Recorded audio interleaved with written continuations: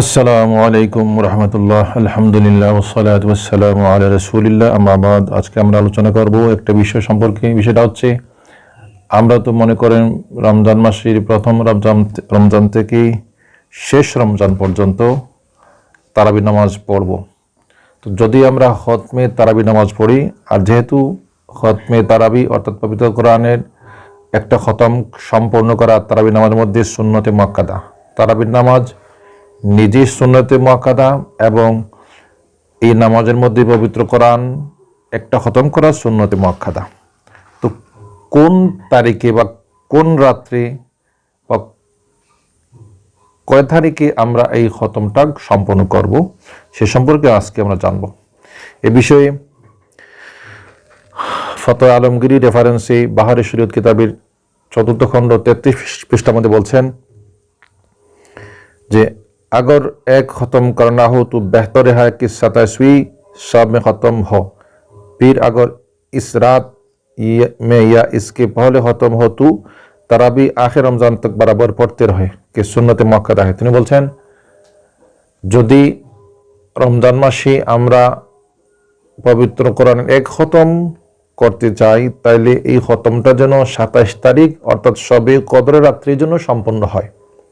যেহেতু এ রাত্রির ফজিলত অনেক বেশি, পবিত্র কোরআনে একটি স্বতন্ত্র সূরা আল্লাহ তাআলা নাযিল করেছেন এ রাতের মর্যাদা সম্পর্কে, যে শাহরুন লাইলাতুন ফিহি, আয়াতটি কি বলছে? ইন্না আনজালনাহু ফি লাইলাতুল কদরি খায়রুম মিন আলফি শাহর।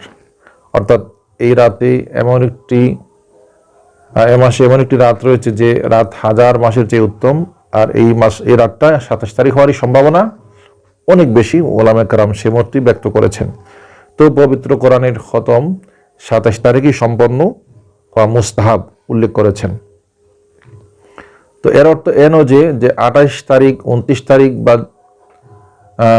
এর পরবর্তীতে জয়টা তারাবি নামাজ হবে, তারাবি হবে না তা নয়। যদি বা খতমে কোরআন 27 তারিখ সম্পন্ন হয়ে যায়, কিন্তু পরবর্তী রাতে তারাবি নামাজ চলবে, যেহেতু তারাবি নামাজ সুন্নতে মুআক্কাদা। 27 তারিখ খতম কমপ্লিট করতে পারেন, আর করাটাই হচ্ছে বেহতর বা উত্তম। আর পরবর্তী রাতে তারাবি কিন্তু অব্যাহত রাখবেন, তারাবি না পড়লে চলবে না, যেহেতু তারাবি সুন্নতে মুআক্কাদা।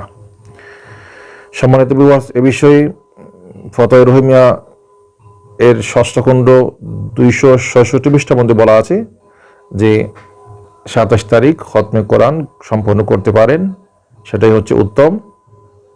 আর যদিও বা কেউ এর আগে করে বসে, উদাহরণস্বরূপ 25 তারিখ যদি খতমে কোরআন কমপ্লিট করে বসেন, কিন্তু পরবর্তী সকল রাতেই তারাবি নামাজ চালিয়ে যাবেন, বন্ধ করতে পারবে না, যেহেতু তারাবি নামাজ সুন্নতে মুআক্কাদা।